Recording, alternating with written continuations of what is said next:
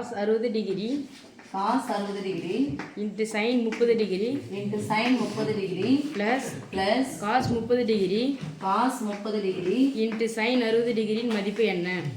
sin 60 டிகிரியின் மதிப்பு என்ன? ஓகேம்மா. ரைடா தூங்கிடுச்சா? டைம் ஆயிடுச்சா? 7:30 ஆயிடுச்சா? சாப்பாடு நேரமா? ஓகே. cos 60 டிகிரியின் மதிப்பு cos 60 டிகிரி மதிப்பு அப்படியே சொல்லுவாங்க. இப்போ 0 30 45 60 90. Yes miss. ஃபர்ஸ்ட் இருக்கிறது யாரு? sin. அதுக்கப்புறம் யாரு? cos. sin 0 0 sin 30 1/2 sin 45 1/√2 sin 60 √2 sin 90 1 ரிவர்ஸ்ல போடுங்க.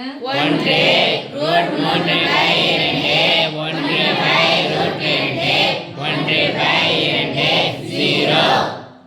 எங்க மேத்ஸ் சார் சொல்லி தந்தார் நான் 10th படிக்கும்போது. இது மாதிரி கணக்கு வந்துருச்சு அப்படின்னு சொன்னாவே சைடு என்ன பண்ணிடு எழுதி வச்சுட்டு பயலாம் போட்டுக்கலாம் அப்படின்னு சொல்லுவார். நான் உங்களுக்கு அதே தான் சொல்றேன்.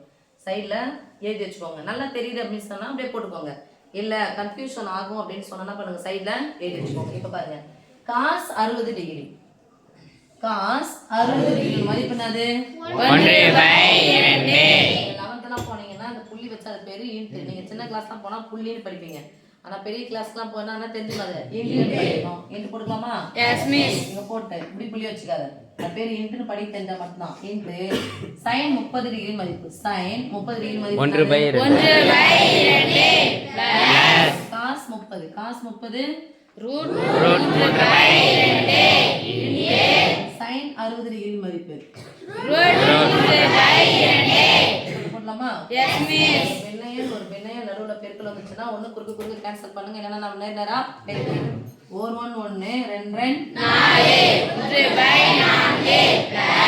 நேரா பெருக்கலாம். √3 பெருக்கணும்.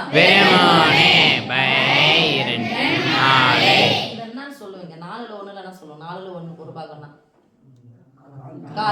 இது எவ்வளவு சாமி? 4ல 3 பாகம் முக்கால். 4 முக்கால் சேர்த்தா என்ன சாமி வரும்? 1. அவ்வளவுதான் சாமி. மிஸ் அவ்வளவு போட மாட்டேன்னா விண்ணையன் நடுவுல பிளஸ் மைனஸ் வந்துச்சுன்னா பகுதிகளை பார்க்கணும். பகுதிகள் ஒரே மாதிரி இருக்கா வேற மாதிரி இருக்கா?